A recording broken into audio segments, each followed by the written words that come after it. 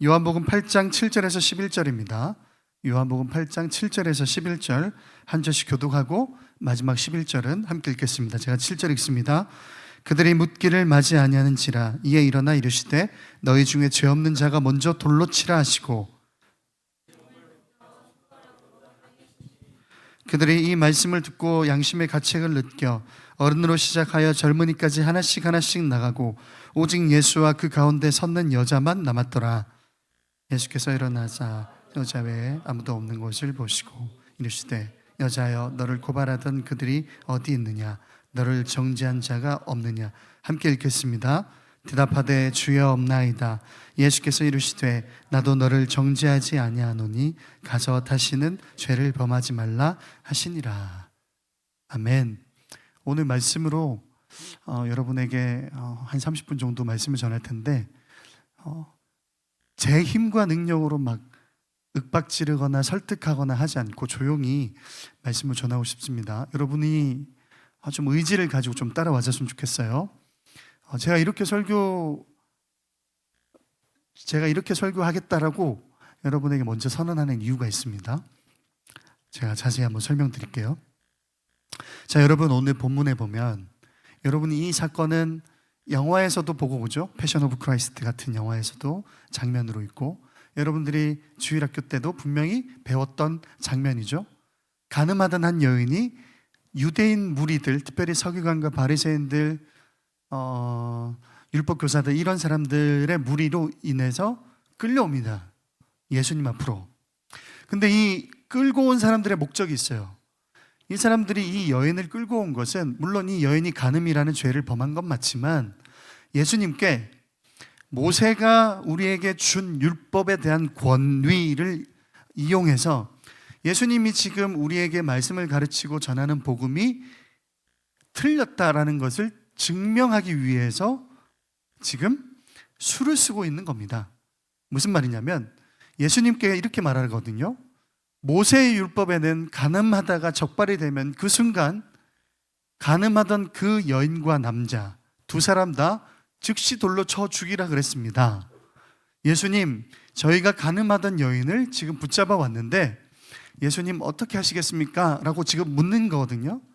근데 지금까지 예수님은 어떤 유대인들이 가지고 있던 율법과는 조금 다른 해석, 다른 적용을 가르치시고 계셨거든요. 그러면 예수님이 또 이 순간에 우리가 알고 있던 율법이라든가 유대 전통과 다른 이야기를 하면 모세가 율법의 권위로 이렇게 말했는데 왜 당신은 그렇게 말하죠? 그렇게 가르치죠? 하면서 이단으로 내리 찍으려는 거예요. 자, 그런데 이 구도를 여러분에게 이렇게 예화로 설명드릴게요. 율법은 하나님께서 어두운 숲속을 어둡게 칠흑같이 어두운 밤에 숲속을 걸어 들어가는 맹인에게 하나님께서 너 등불을 들고 걸어 들어가라 라고 명령한 것과 같아요. 율법이란 건. 자, 제가 설명드립니다. 자, 율법이란 건 칠흑같이 어두운 밤에 숲속으로 들어가는 한 맹인에게, 눈이 보이지 않는 사람에게 너 전등, 뭐라 그러죠? 랜턴 하나를 들고 들어가라, 등불을 하나 들고 들어가라 라고 명령하는 것과 같아요. 왜냐하면 율법은요, 첫 번째 목적이 이 랜턴을, 등불을 들고 숲속으로 걸어 들어가는 이 한 맹인에게 어떤 짐을 지우기 위해서 명령한 명령이 아니에요. 그런데 이 명령을 받아들이는 입장에서 보면 하나님의 은혜라고 하는 어떤 선제되는 하나님의 은혜를 생각하지 않으면 왜 하나님은 나에게 거추장스럽게 나는 눈이 보이지도 않는데 등불을 들고 숲속으로 걸어 들어가라고 하지 명령하는 것처럼 보여요. 그럼 이건 거추장스러운 행위예요. 내가 하지 않아도 사실은 이 행위를 하더라도 나에게 유익이 1차적으로 없어 보여요. 여러분 어떠세요? 맹인이 눈이 보이지 않는데 칠흑 같은 밤에, 사실은 칠흑 같은 밤이라고 하는 건 이 맹인과는 사실이 상관이 없죠. 그런데 이 맹인이, 눈이 보이지 않는 이 사람이 숲속으로 걸어 들어가는데 등불을 들고 들어가라. 이거 들고 들어가면 사실은 거추장스럽습니다. 율법이라는 게 이래요. 그런데 여러분 잘 생각해 보면 이거는 첫 번째, 이 율법은 하나님 사랑과 이웃 사랑이라고 하는 명확한 목적이 있습니다. 그러면 잘 보세요. 이 맹인이 칠흑 같은 밤에 숲속으로 들어갈 때 등불을 든다라는 건, 랜턴을 들고 들어간다라는 건 첫 번째 어떤 목적이 있을 것 같아요? 철저하게 이걸 들고 들어가는 그 사람 포함해서 이웃에게 유익이 되게 하는 거예요. 만약에 이 맹인이, 잘 생각해 보세요. 칠흑같이 어두운 밤 숲속으로 혼자서 걸어 들어가는데 이 사람은 눈이 보이지 않기 때문에 어떤 청각이라고 하는 여러 다른 어떤 감각에 의지해서 숲속을 헤쳐나가겠죠. 그런데 만약에 반대편에서 누군가가 온다고 생각해 보세요. 그러면 그 사람은 맹인을 발견할 수 있을까요? 발견할 수 없죠. 그러면 부딪히죠. 그러면 저기 반대편에서 걸어 들어오는 일반인뿐만 아니라 지금 여기서 걸어가고 있는 이 맹인도 서로 부딪히는 거예요. 서로 길을 찾기가 힘들어지는 거예요. 이해되세요?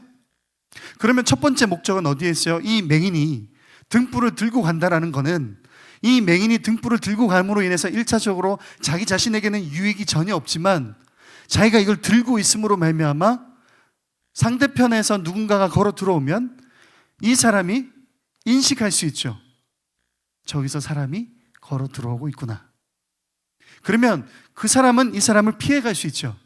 그러면 결과적으로 그 사람이, 반대편에서 걸어오는 그 사람이 이 맹인을 피해감으로 인해서 그 사람도 유익이지만 등불을 들고 있던 맹인도 결국에는 유익이죠. 율법이 사실은 이런 맥락에서 하나님께서 이스라엘 백성들에게 주어졌어요. 자, 그러면 맹인은 숲속을 들어갈 때 율법에 근거해요. 등불을 들고 들어가야 되죠. 그죠? 안 들고 들어가면 율법을 어긴 게 되죠. 그죠? 본질상. 그죠? 그러면 예수님께서 오셨어요. 예수님께 묻는 거예요. 예수님의 제자들이 안식일에 밀을 비벼서 까먹던데요. 안식일에 일하지 말아야 되는데 왜 일을 하죠? 라고 하는 조금 본질을 벗어나는 듯한 행위를 했단 말이에요. 그러면 맹인이 지금 등불을 들고 가지 않은 행위가 되는 거죠. 자, 지금까지 제가 설명한 게 어렵습니까? 좀 이해되죠? 네, 이해되죠? 그런데 여러분, 예수님은요, 율법이라고 하는 이 율법의 주인이시잖아요.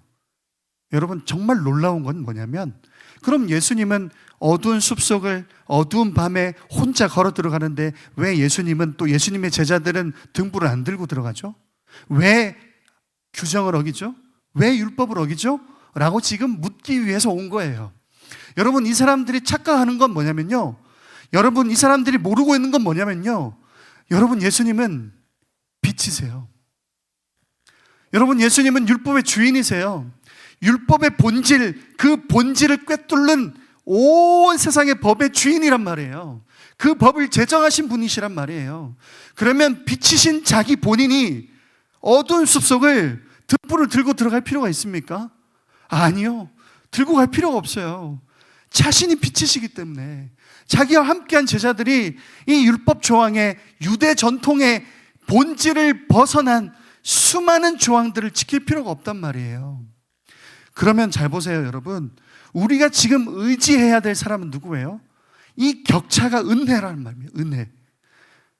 은혜의 법 아래 있지 않을 때는 어떤 사람은 여러 가지 상황에 따라 등불을 작은 것 들을 수도 있고 큰 것 들을 수도 있고, 어떤 사람들은 정말 비싼 LED 사서 들고 들어갈 수 있습니다. 손전등으로. 어떤 사람은 너무 가난해서 촛불을 켜고 들어갈 수 있어요. 거기에 차이가 발생하죠.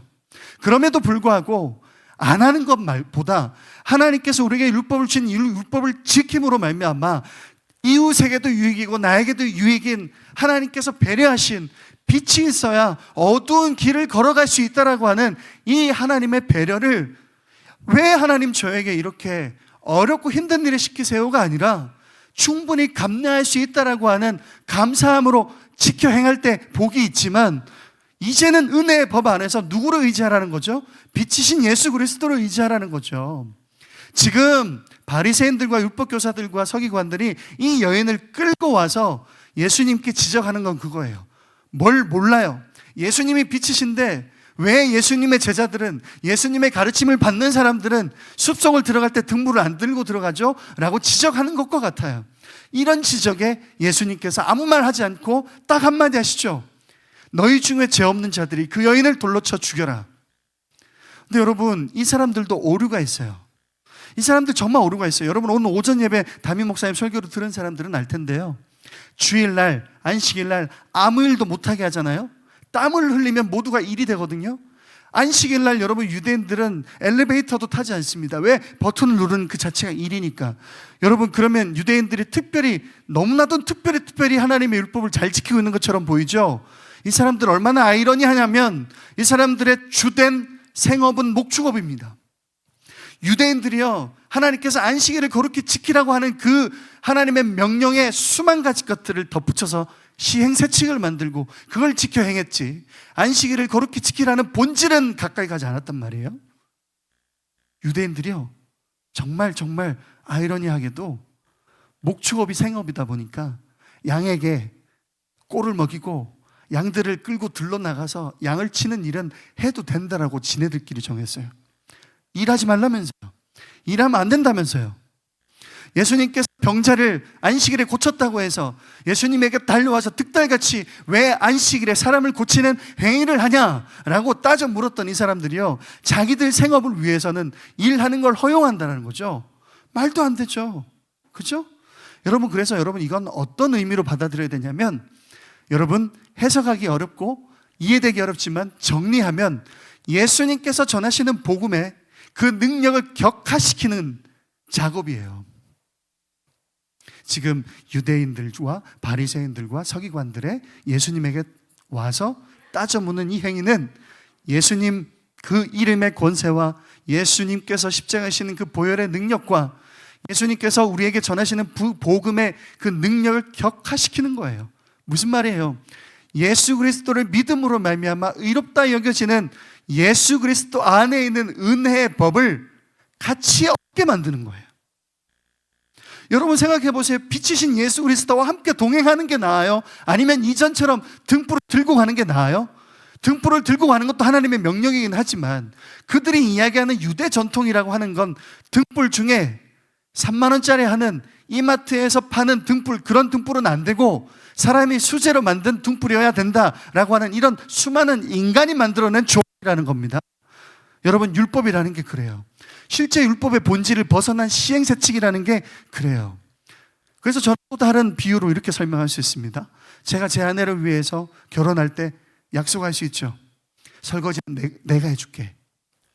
모든 설거지는 내가 할게 라고 하는 우리 둘만의 약속을 정했어요. 율법이라고 칩시다. 설거지를 하다 보니 퐁퐁 세제, 일반 화학 세제를 쓰니까 이런 생각이 드는 거예요. 이런 세제를 쓰는 것보다 천연 세제를 쓰는 게 더 낫지 않을까? 그래서 제가 퐁퐁이라고 하는 것 말고 천연 세제를 만들어서 설거지를 하기 시작했어요.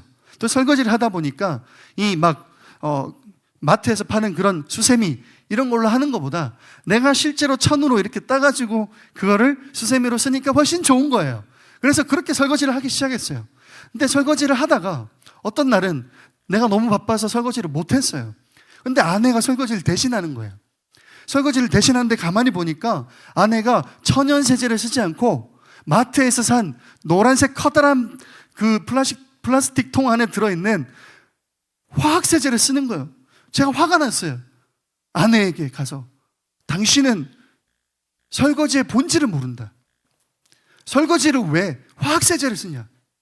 이거 쓰는 이 설거지 행위 때문에 자연이 파괴되지 않냐? 이렇게 따져묻기 시작하는 거예요. 여러분, 제가 아내를 위해서 설거지를 하겠다라고 하는 본질은 뭐예요? 아내가 힘드니 집안일을 도와주겠다고 설거지를 내가 대신해 주겠다라고 하는 사랑의 본질 아니에요? 그렇죠? 근데 거기다가 시행착오를 다는 거예요. 모든 남성들이요, 설거지를 할 때는 천연세제를 써라. 제가 만들어내고 공동체에게 뿌리고 법으로 만들고, 그게 서기관들이 하는 일이에요. 그게 바리새인들이 하는 일이에요. 자기들만 더 높아 보이고 천연세제 쓰는 남자들이 진짜 설거지의 본질을 안다라고 계급을 만들고 차이를 만들어내는 거예요. 이해되세요?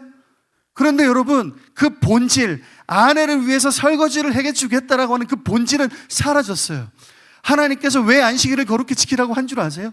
너희가 애굽 땅에서 너희를 인도해낸 너희 주인 되시고 왕 되신 나를 예배하라는 데 있지 않습니까? 너희는 마음을 다하고 목숨을 다하고 힘을 다해서 나를 사랑하라라고 하는데, 너희가 일주일에 한 번 나에게 제사를 드려라 하는 데 있는 거지, 그날 일을 하지 말라?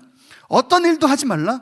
어떤 일도 하지 말라 그러니까 엘리베이터도 타지 말고, 말도 타지 말고, 걸어가지도 말고, 상점도 열지 말고, 물건도 팔지 말고, 주일날 밥도 해먹지 말고, 이 말도 안 되는 시행색침 만드는데, 그게 원래 목적이 하나님을 예배하는 거면 괜찮아요. 하나님을 예배하는 목적에서 벗어나서 자꾸 사람의 의가 되지 않습니까? 그러면 바리새인들보다, 율법 교사들보다, 서기관들보다 율법과 그 시행색칙을 잘 지키는 사람이 그 유대 공동체에 없죠. 있을 수가 없죠. 여러분, 천연세제는 비쌉니다. 돈 주고 사야 됩니다. 돈 없는 가난한 사람들이 천연세제 살 수 있습니까? 그런데 여러분, 율법의 끝판왕이 등장하신 거예요. 인간들이 자꾸 본질을 벗어나서 은혜의 법을 같이 하락시키니까 예수 그리스도께서 오신 거예요. 너희가 은혜의 법 아래 있으라는 거예요. 은혜의 법 아래 있으면 예수 그리스도의 이름의 권세와 보혈의 능력으로 살 수 있다는 거예요. 지금 이 여인은요, 율법에 의해서 잡혀온 것처럼 보이지만 잡아올 때 이 사람들이 목적이 예수님의 그 복음을 평가절하는 데 있다 보니까, 율법에는 가늠하는 그 즉시 남자와 여자를 같이 끌어내서 죽이라고 되어 있는데 여자만 데리고 왔어요. 그 남자는 어디 갔어요? 이것을 볼 때, 여러분, 성경학자들이 해석할 때 이 여인이 치명적인 죄를 저지른 건 맞지만, 이 유대인들과 서기관들과 바리새인들의 이런 맹목적인 목적에 의해서 사실은 놓쳐진 게 많아요. 이 사람이 실제로 간음 현장에서 잡혔는지 그것도 사실은 잘 몰라요. 그러나 여러분, 이렇게 잡혀온 여인이라도 예수님은 어떤 법을 그 여인에게 적용하시죠? 세상이 너를 정죄하는 정죄가 이제는 없어질 것이다. 그거 필요 없다. 너가 받는 모든 정죄를 내가 뒤집어 쓰겠다는 거예요. 누가 너를 정죄하니? 죄 있는 누군가의 정죄가 아니라, 죄 많은 어떤 누군가의 정죄가 아니라 내가 하나님 차원에서 너를 정죄하겠다라는 거예요. 그러나 아버지께서 정죄하시지만 아들 예수 그리스도인 내가 그것을 은혜로 덮겠다라는 겁니다. 그래서 여러분, 우리 인생 가운데 오늘 본문의 이 여인에게 일어난 것을 세 가지로 여러분에게 정리하면 이렇습니다. 여러분 삶에 어떻게 적용될까요? 여러분, 하나님의 말씀이 내 삶의 복음으로 작용되는가를 점검하셔야 돼요. 하나님의 말씀이 내 삶에 실제로 복음으로 작용하는가를 점검하세요. 이게 신앙의 본질이에요. 여러분, 이 여인이 나타난 예수님의 이 말씀이 복음이죠. 왜냐하면 간음하면 죽어야 되는데 지금 꼼짝없이 죽게 생겼는데 예수님께서 저가 간음하다 잡혔으니 율법대로 죽여라 그랬으면 끝인 거죠. 그렇죠? 근데 예수님께서 더 이상 죄를 짓지 말고 너는 내 은혜의 법 아래 있으라 하는 거죠. 그리고 예수님께서 대신 죽지 않았습니까? 그러면 이 예수님의 이 가르침과 이 복음이 나에게 진짜 복음이 되는 거예요. 38년 된 병자, 예수님께서 고쳐주셨을 때 예수님의 그 고치심과 그 복음이 된 거예요. 여러분, 사도행전에 은과 은은 내게 없거니와 내게 있는 것으로 내게 주노니 예수 그리스도 이름으로 일어나 걸어라 했잖아요. 그죠? 성전 미문에 앉아있던 그 안진뱅이에게 이건 복음이에요. 그럼 여러분 잘 보세요. 여러분이 매일 읽고 큐티하고 설교 듣고 여러분이 묵상하는 그 모든 말씀이 내 삶의 복음으로 적용되는가? 우리가 이거를 점검해야 돼요. 여러분 진짜입니다. 네, 진짜입니다.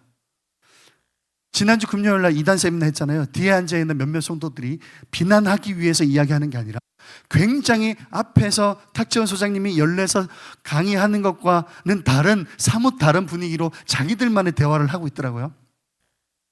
안타까워요. 우리가 그런 신앙인이 되지 말자. 네, 물론 예배 드릴 때 뒤에 앉으신 분들이 거리가 멀기 때문에 또 잠시 대화할 수도 있어요. 그 행위 자체가 뭐라 그러는 게 아니고, 여러분 실제로 예배 현장에서 여러분이 앞에서 설교하는 저와 앞에서 예배하고 찬양하는 찬양팀과 앞에서 가르치는 여러 가르침과 별개로 앉아있으면 군중 중에 한 사람으로 앉아있으면 안 됩니다. 여러분, 여기서 선포되는 이 말씀이 여러분의 삶의 복음으로 적용될 수 있게 여러분 가까이 가십시오. 여러분, 복음이라는 건 하나님께서 선포하시고 제시하시지만 그걸 취해야 하는 건 여러분이 하는 거예요. 여러분, 하나님의 말씀이, 성경 말씀이 내 삶의 복음으로 적용되는가? 이게 첫 번째예요. 두 번째, 근데 그 복음이요, 두 가지 형태로 내 삶에 실천돼야 돼요. 하나님 사랑과 이웃 사랑이에요. 여러분, 사마리아 여인 아시죠? 우물가의 여인. 이 여인도 남편이 여러 명 있어요. 수도 없이 남편을 바꿨지만 자기 인생에 만족이 없어요. 그런데 그래서 부끄러우니까 한낮에 떼안볕에 우물을 길러 왔다가 예수님 만나지 않았습니까?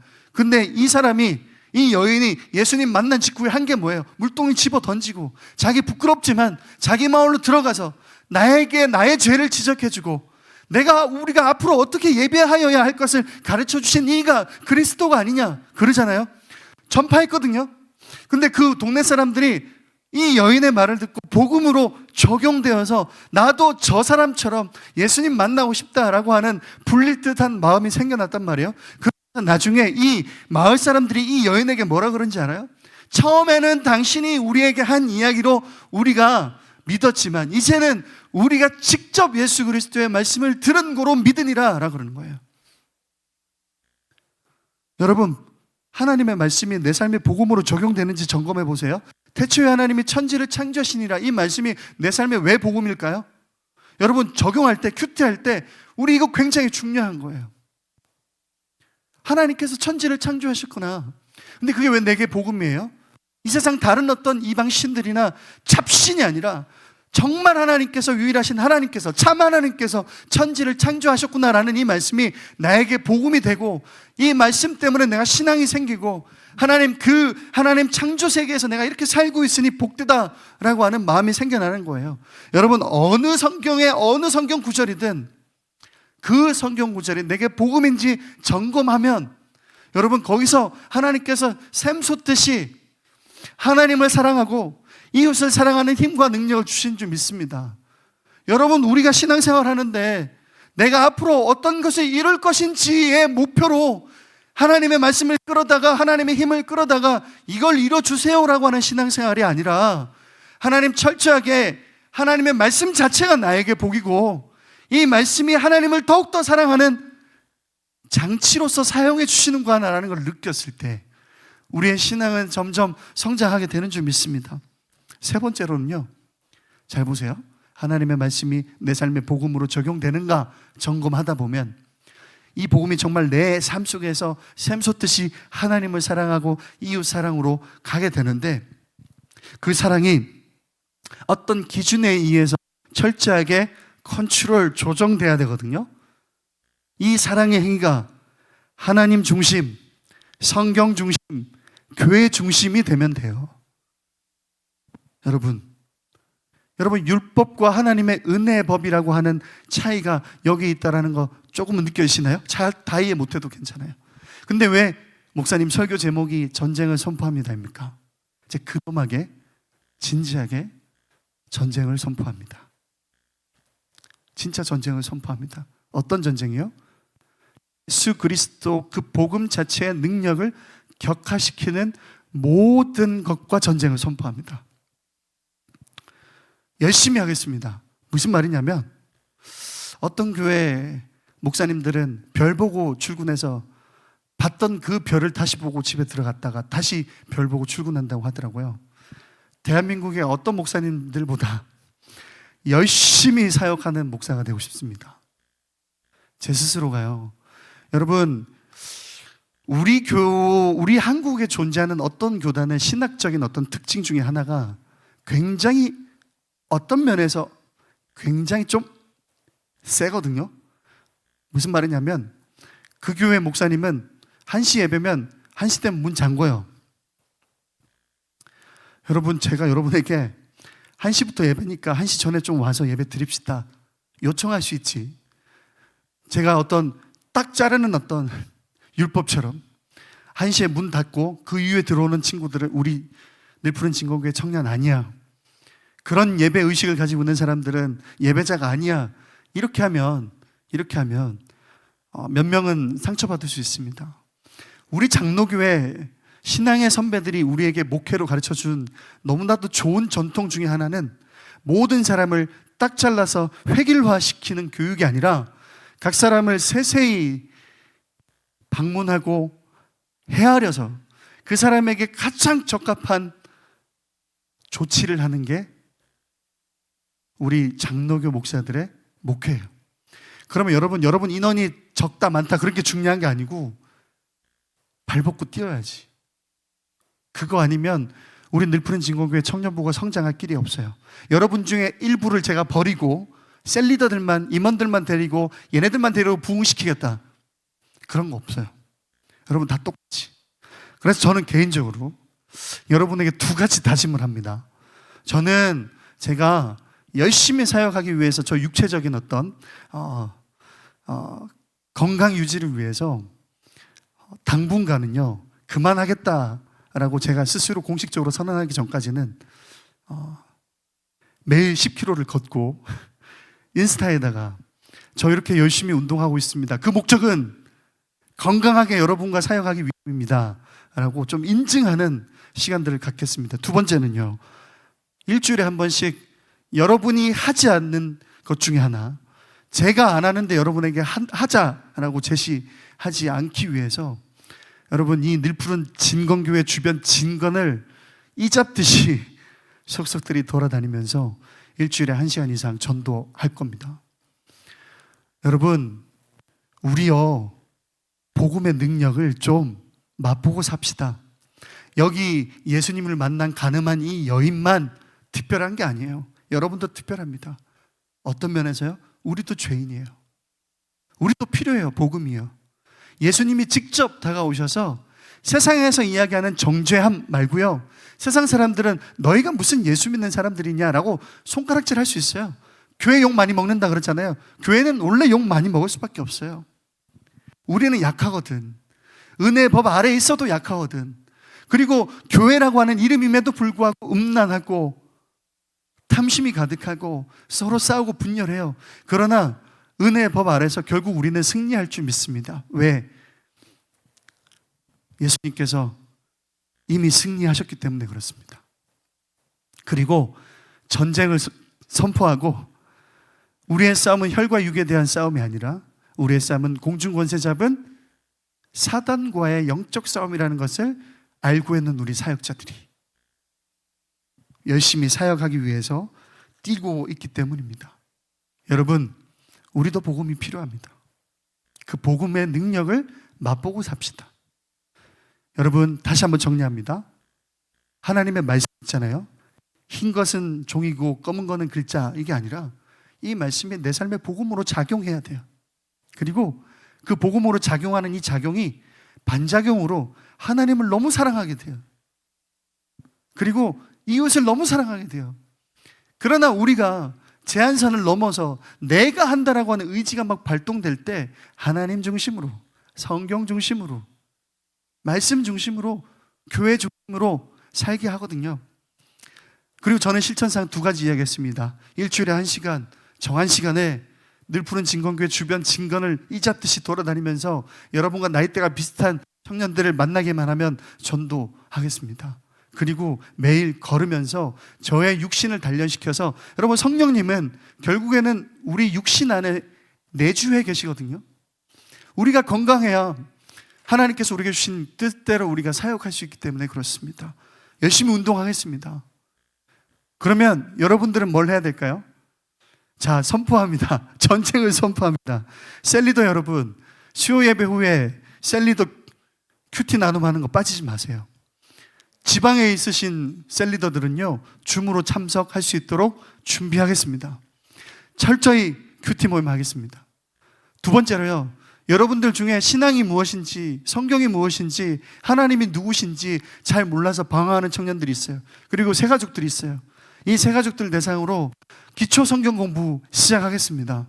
매주 화요일 날 저녁에 줌으로 하겠습니다. 그래서 제가 이것이 필요하다고 여기는 사람들에게 제가 제안하고 제시할 거예요. 그리고 신입생들도 마찬가지고요. 그리고 제가 정말 지금 면면이 돌아보면서 이게 필요하다 싶은 청년들이 있어요. 물어보면 모세가 홍해를 갈랐는지 대한민국 옆에 있는 동해를 갈랐는지 모르는 청년들이 있어요. 그건 알아야지 그래도. 네. 하나님께서 하늘에서 만나와 메추라기를 주셨는지, 하나님께서 하늘에서 우리에게 라면을 던져줬는지 이것도 구분 못하는 사람들이 있어요. 창세기에 등장하는 요셉과 예수님의 아버지 요셉이 동일 인물인 줄 알고 있는 사람도 있어요. 그래서 우리 성경 공부가 필요합니다. 세 번째로요, 3월 달부터 셀리더 여러분 기억나시죠? 이경훈 목사님께서 저에게 넘겨주신 셀리더 교육 6주 남았습니다. 상반기 내에 꼭 참석하시기 바랍니다. 여러분, 이경훈 목사님께서 한날 1시에 안 되니까 여러 시간 나눠서 교육한 거 알고 있습니다. 여러 시간 나눠서 여러분 시간 될 때 꼭 교육하겠습니다. 그리고 저는 목표가 있습니다. 늘푸른 진공교회 청년 여러분, 하반기에는 16주짜리 제자 훈련을 꼭 하고 싶습니다. 여러분, 네, 이해되시죠? 네. 여러분을 고생시키겠다, 여러분을 좀 어려운 길로 막 들여보내는 것 같은 느낌인데 아니에요. 여러분, 우리가 하나님을 알 때 하나님 아버지께서 우리에게 믿음을 더하여 주시고 성장시키는 줄 믿습니다.